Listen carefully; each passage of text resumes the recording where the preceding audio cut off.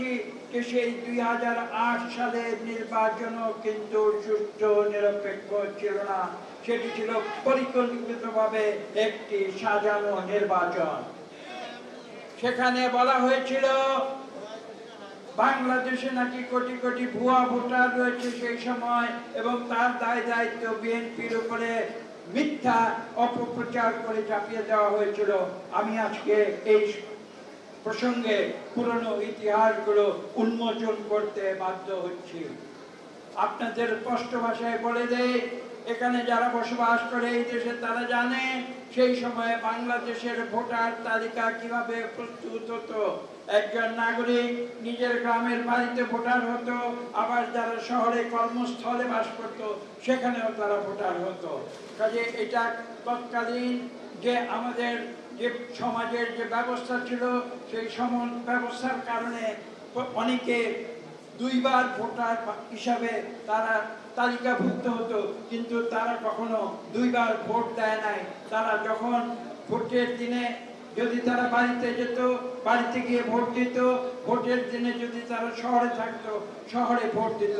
এই কঠিন সত্যগুলো আজকে আমি নতুন করে বলতে বাধ্য হচ্ছি এই কারণে যে মিথ্যা ইতিহাস আওয়ামী লীগ যেটা সৃষ্টি করেছিল, মিথ্যা ইতিহাস 111 যেটা সৃষ্টি করেছিল, সেই মিথ্যা ইতিহাসের মুখোশ উন্মোচন করে দিতে হবে। এবং পরবর্তীতে নতুন করে ভোটার লিস্ট করা হয়েছিল, এটা সত্যি, কিন্তু সেই ভোট ছিল সম্পূর্ণ নিয়ন্ত্রিত। ভোটের আগে আপনাদের মনে আছে কিনা জানি না, 2008 সালের ডিসেম্বরে যখন ভোট হয় তার কয়েকদিন আগে এই 300 সিটের কে কোথায় নির্বাচিত হবে তার পূর্ব নকশা কিন্তু নির্বাচনের আগে নির্ধারণ করা হয়ে গিয়েছিল, এবং সেভাবে 111 এর মাধ্যমে একটি সরকারকে তখন পরিকল্পিতভাবে বাংলাদেশে প্রতিষ্ঠা করা হয়েছিল, এবং যার ফলশ্রুতিতে পরবর্তী 15 বছর তারা বাংলাদেশকে ধ্বংস করে দিয়েছে।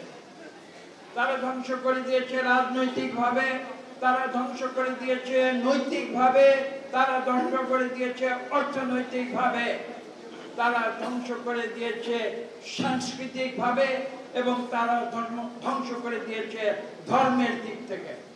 এই বাংলাদেশকে তারা সম্পূর্ণভাবে ধ্বংস করে দিয়েছিল, এবং তার ফলশ্রুতিতে আপনারা দেখেছেন 2024 সেখানে চূড়ান্ত পর্যায়ে প্রতিবাদের ছাত্র জনতা জেগে উঠেছিল।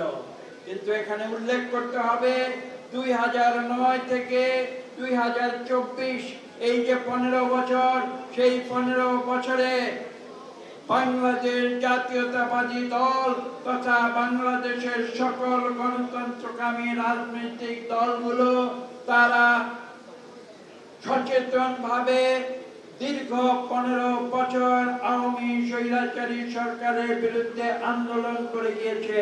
তার প্রমাণ, এটা মুখের কথা নয়, তার প্রমাণ আমরা 1 লক্ষের বেশি ভুয়া গায়েবী মামলা খেয়েছি এই আওয়ামী সরকারের কাছ থেকে।